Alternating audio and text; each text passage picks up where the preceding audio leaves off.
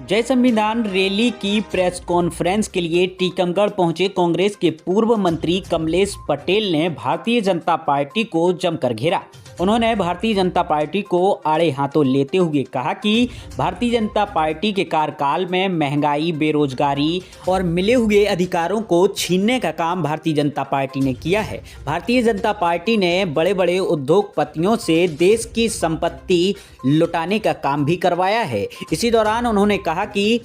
Bharatiya Janata party के लोग कहते हैं कि 2014 में सही मायनों में आजाद हुआ है। उन्होंने कहा कि जब इनके खिलाफ कोई बोलता है या कोई पत्रकार साथी इनके खिलाफ लिखता है तो उसे जेल की सलाखों के पीछे भेज दिया जाता है या फिर वो अपनी जिंदगी से हाथ धो बैठता है। उन्होंने कहा या हमारे राहुल गांधी कुछ बोलते हैं तो ईडी की कार्रवाइयां होने लगती हैं, सोनिया गांधी को बैठाया जाता है, कई दिनों तक चक्कर लगवाया जाता है। सुनिए आगे क्या कुछ बोले कांग्रेस के पूर्व मंत्री। सरकार का अगर कार्यकाल आप देखेंगे तो किस तरह का कार्यकाल रहा है। सिर्फ महंगाई, बेरोजगारी और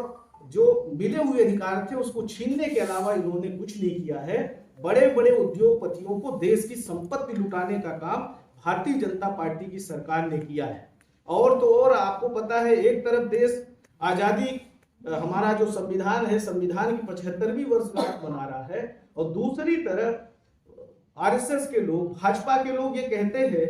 कि आजादी हमें कब मिली। इनके सांसद बोलते हैं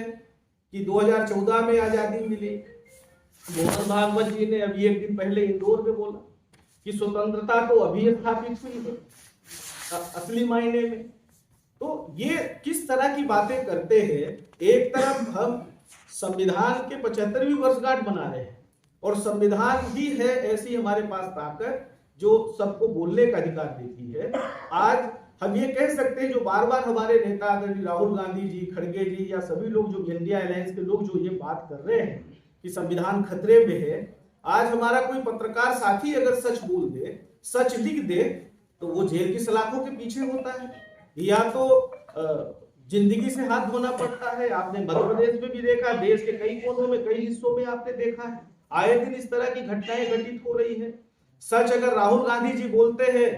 तो ईडी उनके यहाँ पहुंचती है, उन लोगों को प्रताड़ित किया जाता है। सोनिया जी को, राहुल गांधी जी को घंटों बिठा दिया जाता है, कई दिन तक चक्कर लगाया जाता है। पर हमारे नेता डरे नहीं, भारत जोड़ो यात्रा शुरू की, भारत जोड़ो न्याय यात्रा शुरू की, 6000 किलोमीटर से ज्यादा देश में घूमने का काम किया, लोगों को जोड़ने का काम किया और जो यात्रा निकाली लोग, जो हमारे देश की संवैधानिक व्यवस्था है, हमारे देश में जो लोग जिस तरह से परेशान है, बेरोजगारी से, महंगाई से, किसान परेशान है या जिस तरह से जाति और धर्म के नाम पे लड़ाने की कोशिश हो रही है, तो राहुल गांधी जी ने देश को एक करने के लिए भारत जोड़ो यात्रा की। राहुल गांधी जी ने न्याय यात्रा निकाली भारतीय जनता पार्टी की सरकार को जगाने के लिए। पर दुर्भाग्य है कि सच इनको सुनाई नहीं देता। अभी लोकसभा सत्र में क्या हुआ आपने देखा होगा। लोकसभा सत्र के दरमियान कांग्रेस पार्टी, इंडिया अलायंस के नेता मांग कर रहे थे कि अडानी के ऊपर जो आरोप लगे, अमेरिका ने जो आरोप लगाए, जो नोटिस जारी किया करोड़ों के भ्रष्टाचार का, आप उस पे सदन में चर्चा कराइए। आप मणिपुर की घटना पे सदन पे चर्चा कराइए, संभल में जो नरसंहार हुआ उस पे आप चर्चा कराइए। उस पे चर्चा करने के लिए केंद्र की सरकार तैयार नहीं हुई। तो ये संवैधानिक व्यवस्था का हनन क्या है। विपक्ष के पास विधानसभा का सदन हो, लोकसभा का सदन हो, यही तो है जो हमारी देश की जनता का आवाज उठाने का काम करते हैं। पर दुर्भाग्य है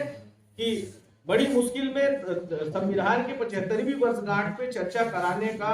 सरकार ने, लोकसभा स्पीकर ने स्वीकार किया। पर इन 3 प्रमुख विषयों पे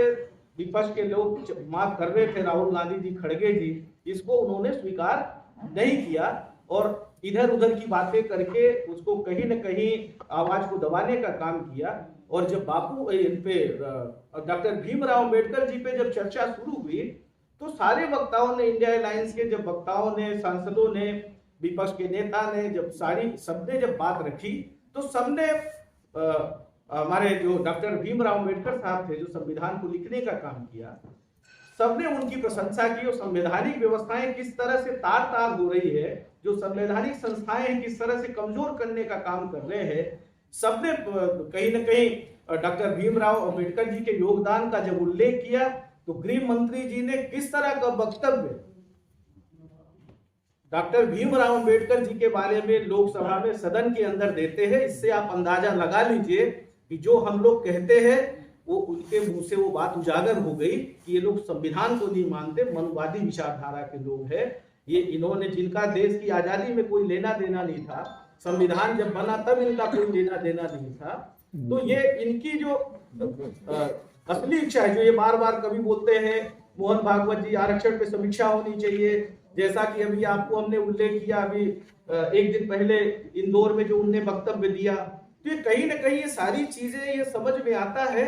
कि इनकी मंशा क्या है। ये संविधान से अपने आप को ऊपर समझते हैं, इसलिए कांग्रेस पार्टी ने ये तय किया है कि हम साल भर अभियान चलाएंगे और देश में जो हालात है, जिस तरह से सारी संवैधानिक संस्थाएं, निर्वाचन आयोग हो, ईडी हो, सीबीआई हो, जो भी, यहाँ तक कि बहुत सारी न्यायालयीन संस्थाएं भी अपने कब्जे में करके रखा हुआ है, न्याय नहीं मिल रहा है, अन्याय के खिलाफ लड़ाई लड़ने का कांग्रेस पार्टी के अध्यक्ष आदरणीय खड़गे जी, आदरणीय राहुल गांधी जी, कांग्रेस पार्टी की कार्य समिति, सबने ये तय किया है कि ये लड़ाई, ये जो वर्तमान में जो देश में परिस्थिति है, भारतीय जनता पार्टी का चाल और चरित्र और इनकी सरकार ने क्या किया और कांग्रेस पार्टी की सरकार ने देश और प्रदेश में जब रही तो देश की जनता के लिए क्या किया है, इस बात को लेकर हम सब साल भर गांव-गांव, टोले मोहल्ले में जाएंगे और बापू जी के योगदान को, महात्मा गांधी जी के योगदान को, डॉक्टर भीमराव अंबेडकर जी के योगदान को और संविधान हमारा क्या कहता है, संविधान को बचाने के लिए